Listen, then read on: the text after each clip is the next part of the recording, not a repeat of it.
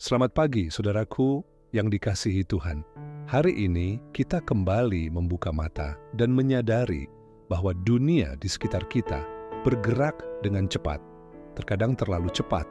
Ada pekerjaan yang menunggu, ada tanggung jawab yang harus diselesaikan, ada tekanan yang mungkin sudah terasa, bahkan sebelum kita berdiri dari tempat tidur. Namun, di tengah ritme hidup yang kacau, mari kita berhenti sejenak, tarik napas perlahan, dan izinkan hati kita mendengar suara Tuhan yang lembut. Aku tetap memegang kendali. Sebelum memulai, mari kita tundukkan kepala, kita berdoa. Tuhan, pagi ini kami datang dengan hati yang mungkin lelah, penuh agenda dan kekhawatiran. Namun kami percaya bahwa Engkau ada di tengah-tengah kami. Berbicaralah kepada hati kami melalui firman-Mu, agar kami menemukan damai, arah, dan kekuatan dalam nama Yesus. Amin. Sekarang, mari kita melangkah memasuki firman Tuhan. Sebuah penglihatan yang diberikan kepada Yohanes bukan untuk menakut-nakuti, tetapi untuk menyatakan sesuatu yang besar, bahwa di atas segala kekacauan dunia ada tahta yang tidak tergoyahkan. Bacaan dari kitab Wahyu 4 ayat 1-6. Beginilah firman Tuhan. Kemudian dari itu aku melihat, sesungguhnya sebuah pintu terbuka di sorga, dan suara yang dahulu telah kudengar berkata kepadaku, naiklah kemari, dan aku akan menunjukkan kepadamu apa yang harus terjadi sesudah ini.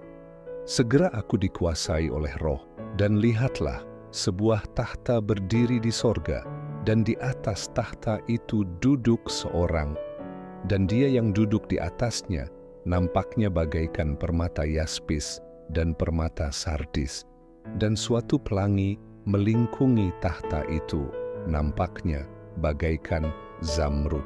Dan sekeliling tahta itu ada 24 tahta, dan di atas tahta-tahta itu duduk 24 tua-tua yang memakai pakaian putih dan mahkota emas di kepala mereka. Dan dari tahta itu keluar kilat dan bunyi guruh, dan 7 obor nyala-nyala terbakar di hadapan tahta itu. Itulah ketujuh roh Tuhan. Dan di hadapan tahta itu ada lautan kaca bagaikan kristal. Amin. Demikian firman Tuhan. Bapak Ibu dimanapun berada, mari kita merenung. Yohanes menulis kitab ini bukan dari istana, tapi dari pulau terasing. Patmos, ia terbuang, terisolasi, dan hidup di bawah tekanan politik dan spiritual. Dengan kata lain, Yohanes menulis tentang tahta Tuhan ketika hidupnya kacau. Dan inilah pesan bagi kita pagi ini. Hidup kita tidak selalu teratur, kadang pekerjaan berantakan, keluarga tidak baik-baik saja, ekonomi tidak stabil, kesehatan tidak menentu. Namun, perhatikan ini. Sebelum Yohanes melihat masalah diselesaikan, dia melihat tahta itu berdiri. Artinya, Tuhan tidak menunggu dunia tenang untuk berkuasa. Tuhan berkuasa justru ketika dunia kacau. Ketika kita merasa bingung dan kehilangan arah, tidak berarti Tuhan berhenti bekerja. Kekacauan bukan bukti ketiadaannya, tetapi panggilan untuk melihat ke arahnya. Tahta hanya relevan jika ada kekuasaan. Dan tahta Tuhan bukan simbol hiasan, itu simbol otoritas final, otoritas yang tidak bisa dipatahkan oleh sejarah. Manusia dapat gagal, sistem dapat runtuh, ekonomi bisa goyah, perasaan bisa berubah, tetapi Tuhan tetap di tempatnya. Ketika kita tidak tahu harus apa, Dia tidak panik. Ketika kita tidak bisa mengerti, Dia tidak bingung. Ketika kita tidak punya arah, Dia tidak kehilangan rencana. Yohanes menggambarkan Tuhan dengan permata yaspis, sardis, zamrud, bukan sekadar keindahan, tetapi kemurnian dan kemuliaan.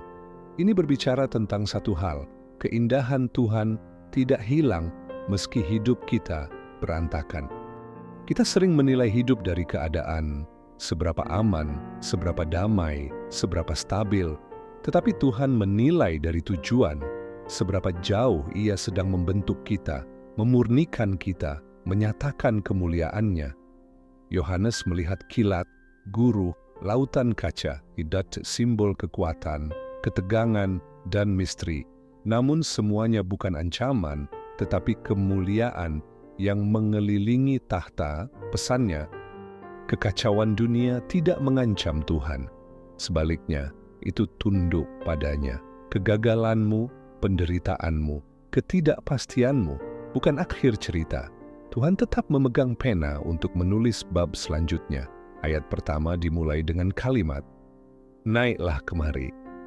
Tuhan memanggil Yohanes untuk melihat dari perspektif yang lebih tinggi. Karena ketika kita melihat dunia dari bawah, semuanya tampak menakutkan. Tapi ketika kita melihat dari sisi Tuhan, kita menyadari semua ini ada dalam rencananya. Maka pagi ini, sebelum kita berlari pada pekerjaan, sebelum kita terhisap dalam rutinitas, mari kita ulangi dalam hati, Tuhan berkuasa dan aku aman. Apa arti tahta Tuhan bagi kita hari ini? Kita tidak perlu mengontrol semuanya.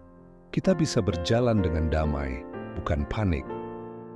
Kita bisa mengambil keputusan tanpa takut gagal. Kita bisa percaya bahwa setiap kekacauan mengandung tujuan. Kita bisa menghadapi hari ini dengan keberanian, karena ada tahta yang berdiri ketika segalanya runtuh. Amin, Bapak Ibu Saudara terkasih. Kita telah mendengarkan firman dan renungan pagi ini.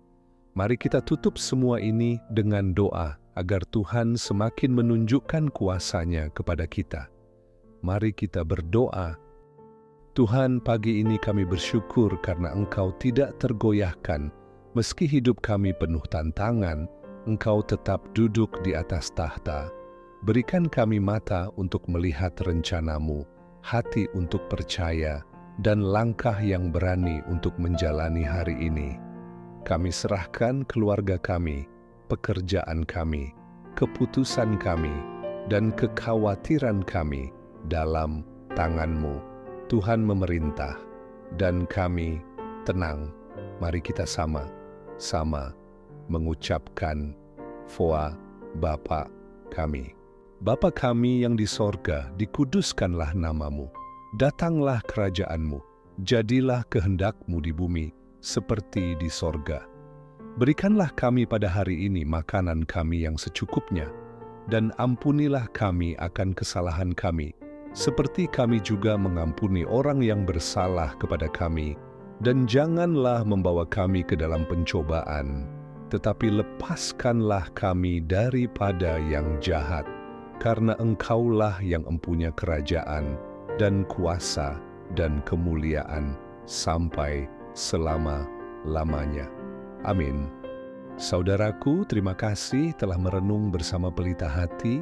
Jika renungan ini menguatkan hatimu, jangan lupa subscribe, like, dan bagikan agar semakin banyak orang menemukan pengharapan di pagi mereka.